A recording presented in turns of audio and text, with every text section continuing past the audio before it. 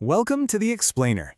Today, we're diving into a really personal 17th century text that maps out this incredible journey of purifying the soul. And it all kicks off with a simple but truly profound request. So, let's just jump right in with this quote, because it gets to the absolute heart of the matter. This isn't some dry academic theory, you know? It's a personal conversation, a soul reaching out, and that really sets the stage for everything that comes next. So, our journey starts with someone who is just deeply weary, and not just from their own personal stuff, but from seeing all the pain and suffering in the world. They're looking for a way to make it all mean something, to offer some kind of comfort. What's really interesting is how specific this moment is. It's the Sunday before Lent, and right in the middle of a chant, the weight of all the world's persecutions and outrages just becomes too much. And in that raw, honest moment, this powerful plea comes out, for the divine to find a place of rest inside their own heart. And you have to get this. This wasn't some selfish wish to feel better. It was an act of incredible empathy. Seeing all that suffering, the narrator's gut reaction was to offer the only thing they really could, their own heart as a kind of sanctuary, a safe harbor from all the chaos. Okay, so in response to this totally selfless plea, the narrator gets a revelation.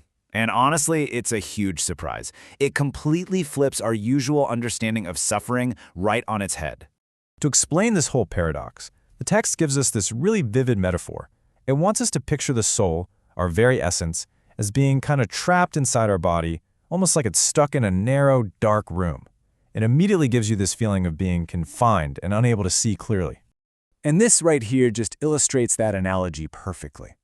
The soul is darkened by the frail human body it lives in, kind of like how steam from a cooking pot would totally fog up a tiny, closed-off room.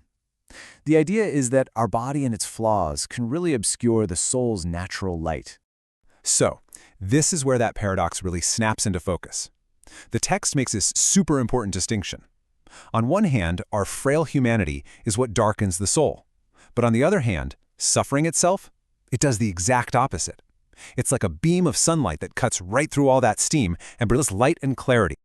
So, this is the big paradox at the heart of the whole text. Afflictions and hard times, they aren't just things we have to get through. They are the actual tools of purification. They teach us humility and patience, and the crazier the trial, the brighter the soul is illuminated. Okay, so after getting a handle on how the soul is purified, another, maybe even more basic question pops up: where exactly is the soul? I mean, it's a question we've all probably wondered about, right? Is it in our mind? Is it just some abstract idea? Well, the narrator here was actively trying to find that spiritual and even physical center of their being.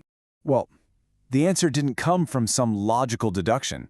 It came through a spiritual experience that was then confirmed by Scripture.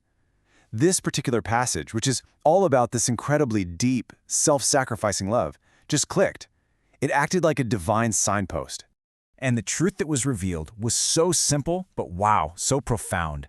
The soul's true home wasn't in the head or floating around in space somewhere. It was located both physically and spiritually right inside the heart. So this whole journey, from figuring out suffering to locating the soul, it all leads up to one final, really practical lesson, a clear roadmap for what the text calls the great perfection of a soul. And listen, this isn't about just sitting around feeling peaceful.